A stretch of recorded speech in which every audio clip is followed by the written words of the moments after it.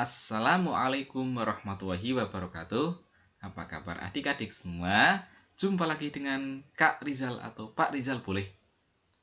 Kita akan belajar lagi tematik 4 atau tematik kelas 4, tema 6, subtema 3.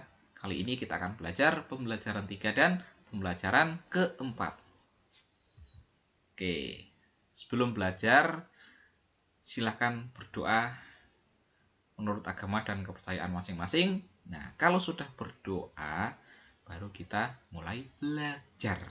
Agar belajarnya lancar dan ilmunya bermanfaat. Amin. Yuk, kita mulai belajar keragaman di sekitar.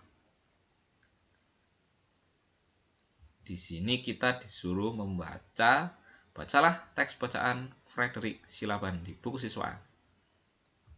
Kemudian di sini ada bagan lagi.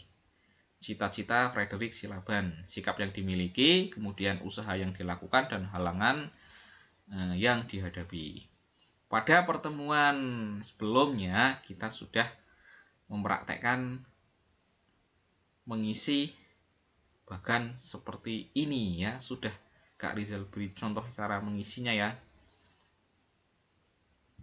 Sekarang yuk kita lihat dulu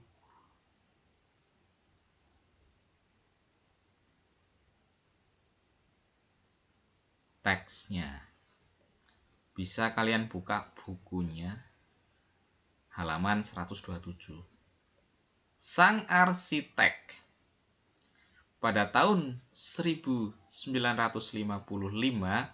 Presiden pertama Indonesia Insinyur Soekarno mengadakan sayembara membuat desain maket Masjid Istiqlal. Sebanyak 22 dari 30 arsitek lolos pada seleksi awal. Presiden Soekarno pun mengumumkan bahwa pemenangnya adalah seorang bernama Frederick Silaban. Siapakah dia?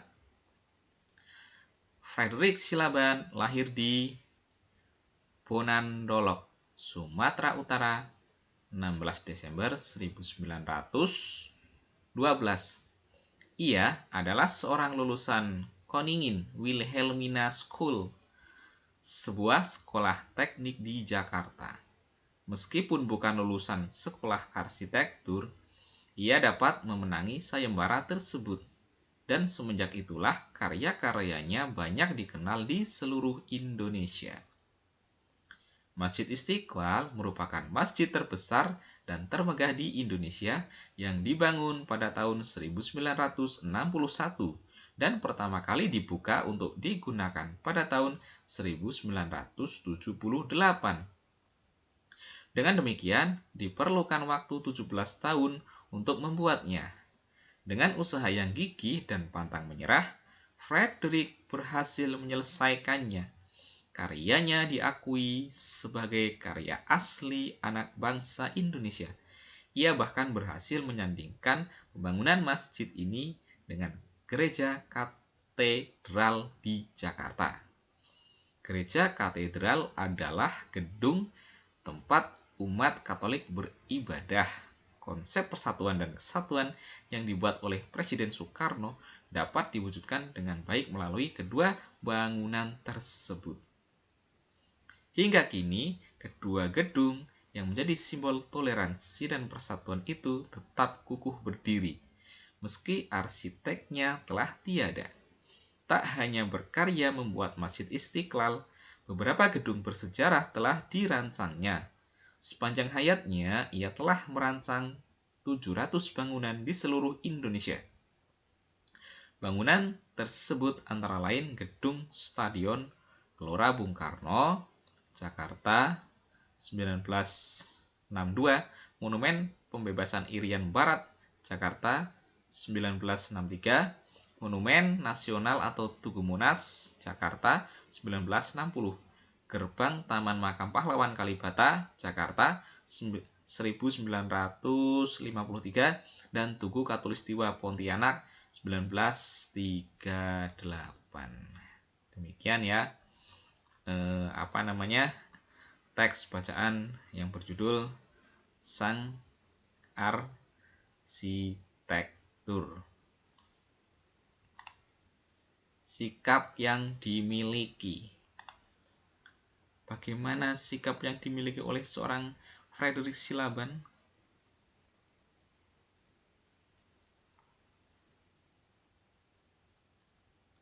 Ya, sikapnya bagaimana?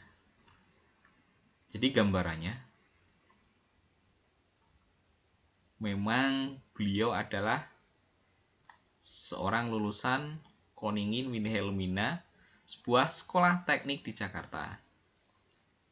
Meskipun bukan lulusan sekolah arsitektur, ia dapat memenangi sayembara tersebut. Dan semenjak itu, karya-karyanya banyak dikenal di seluruh Indonesia. Jadi sikapnya bagaimana? Sikapnya adalah ia adalah seorang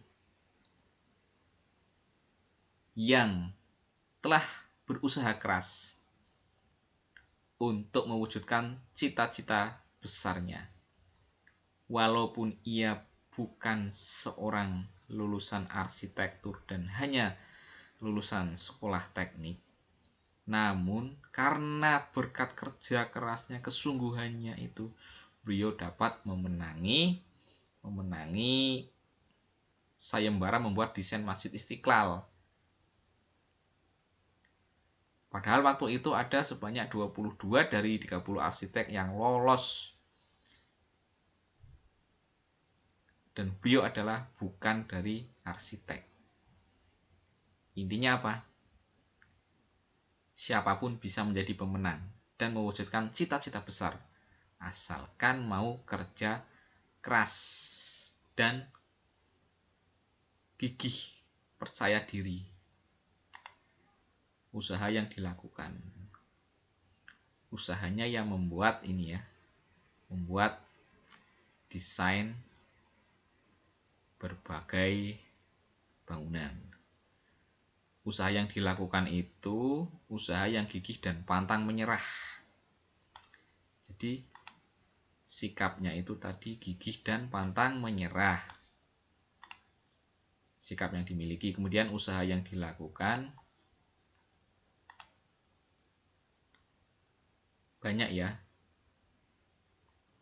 usaha yang dilakukan tuh ini juga ya.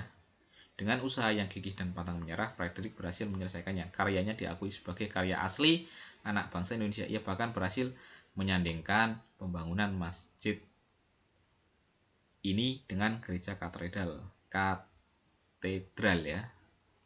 Seperti itu.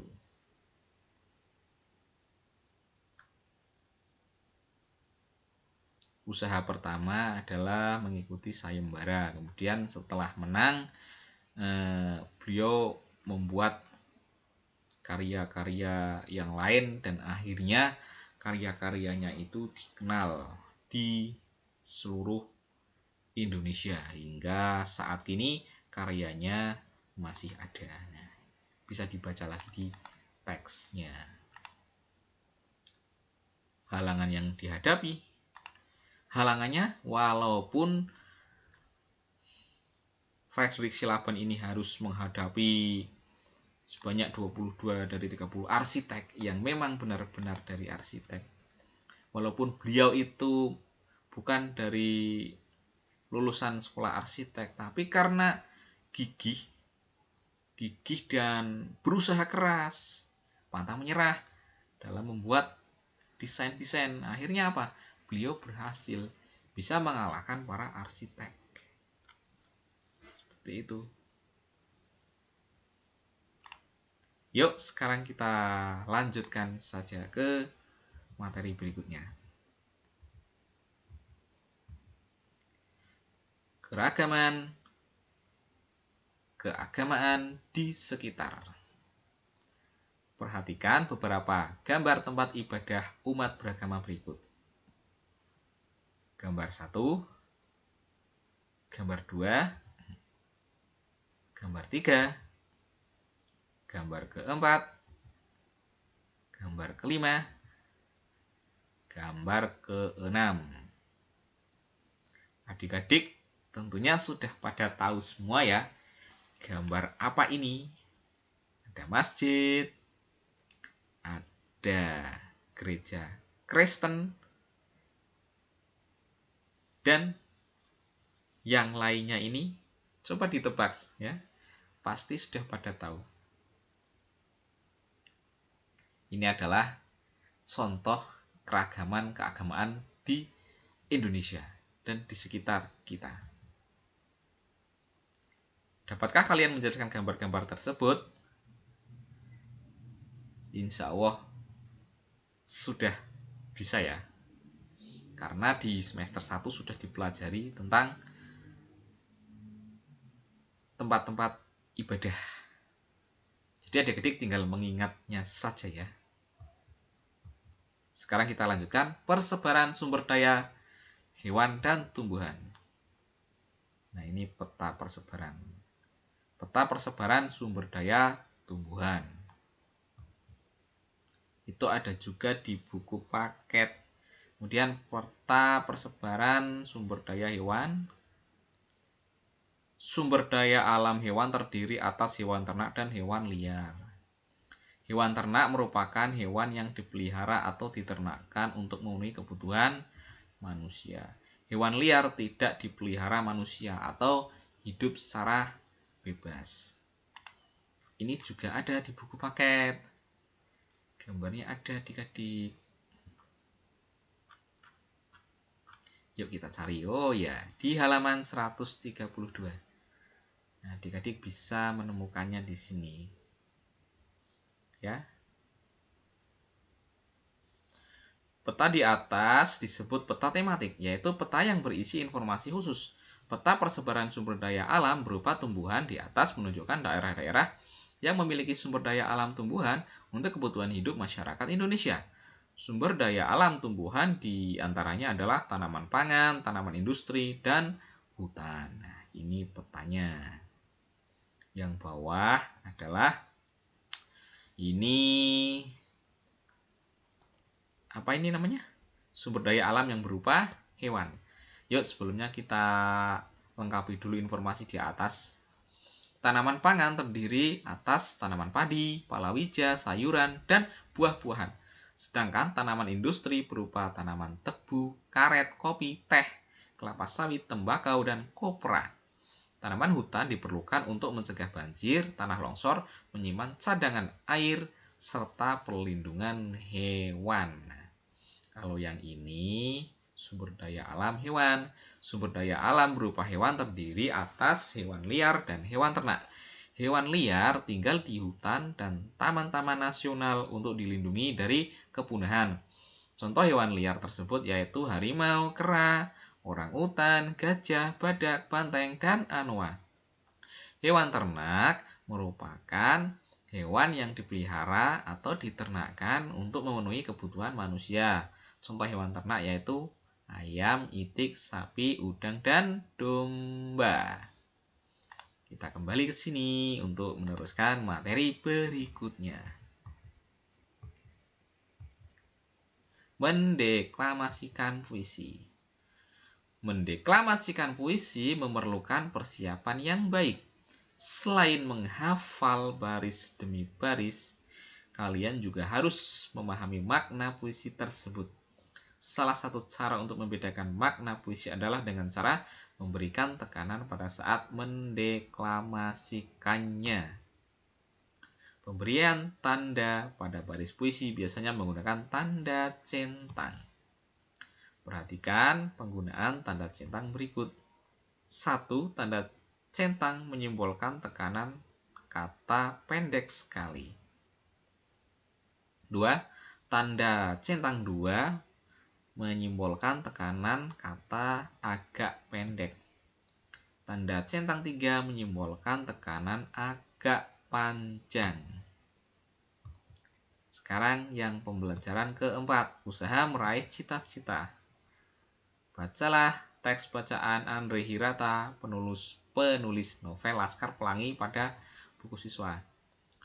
Berdasarkan bacaan tersebut, lengkapilah bagan berikutnya. Seperti pada teks-teks sebelumnya, kita bisa membuat bahkan cita-cita Andre Hirata, sikap yang dimiliki bagaimana, usaha yang dilakukan bagaimana, dan halangan yang dihadapi bagaimana.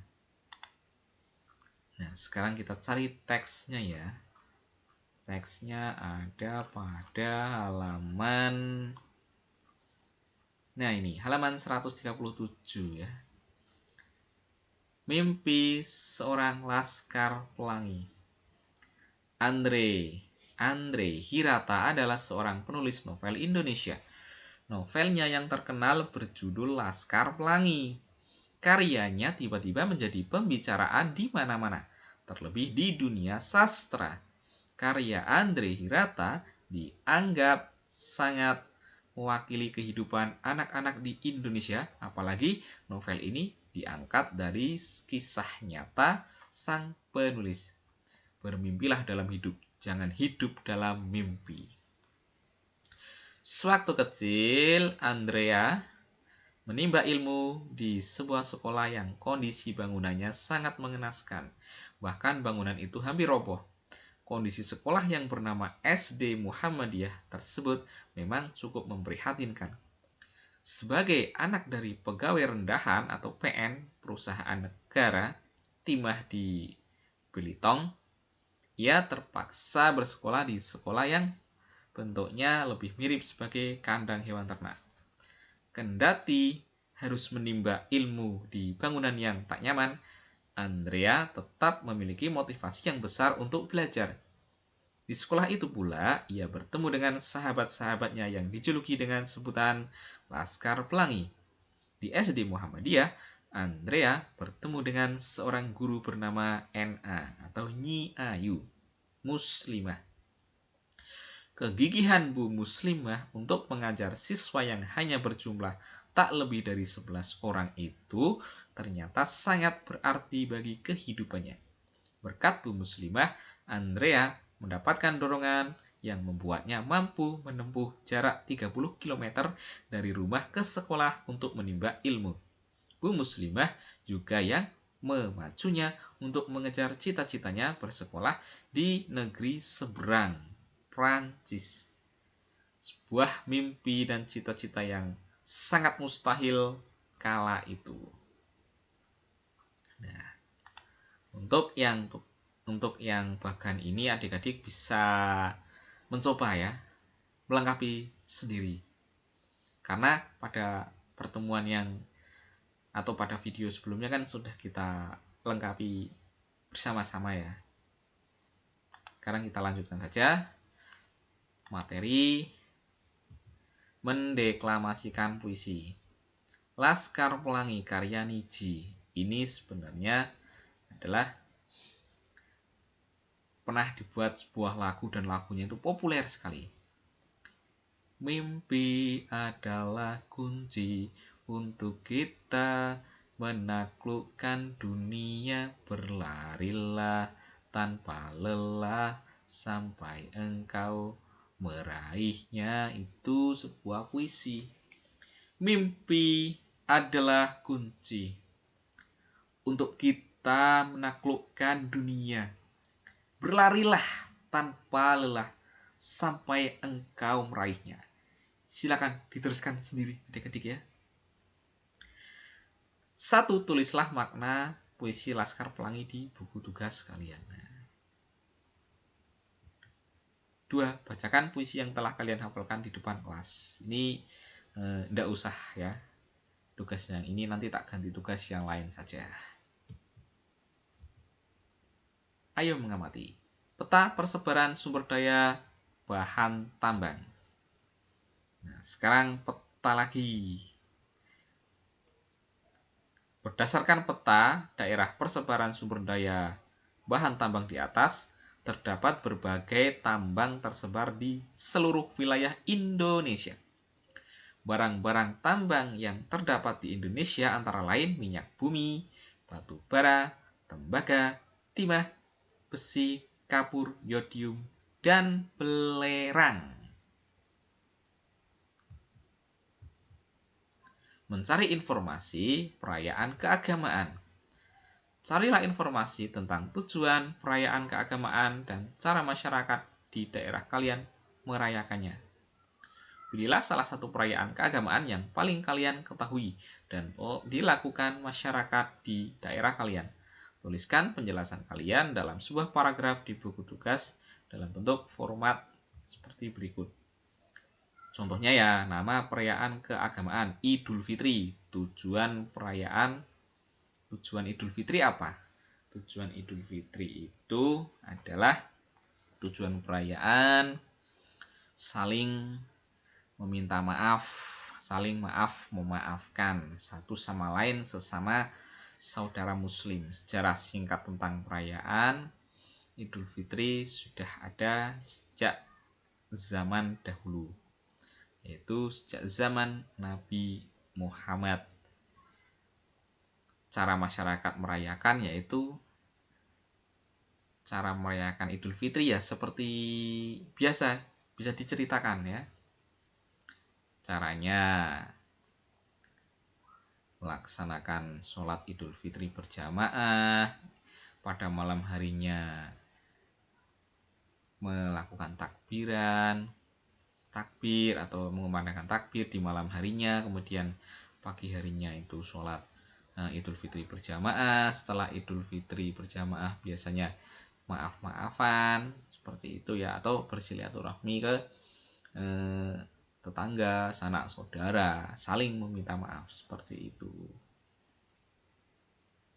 Ada juga kalau di kampung itu setelah sholat Idul Fitri biasanya makan bersama, baru maaf-maafan, atau maaf-maafan dulu baru makan bersama. Itu tergantung adat di masing-masing daerah ya. Oke, untuk pembelajaran kali ini sampai di sini dulu ya adik-adik semua ya. Semoga bisa memberikan manfaat. Tetap semangat, tetap belajar. Semoga apa yang kalian cita-citakan bisa tercapai ya. Kurang lebihnya mohon maaf. Wassalamualaikum warahmatullahi wabarakatuh.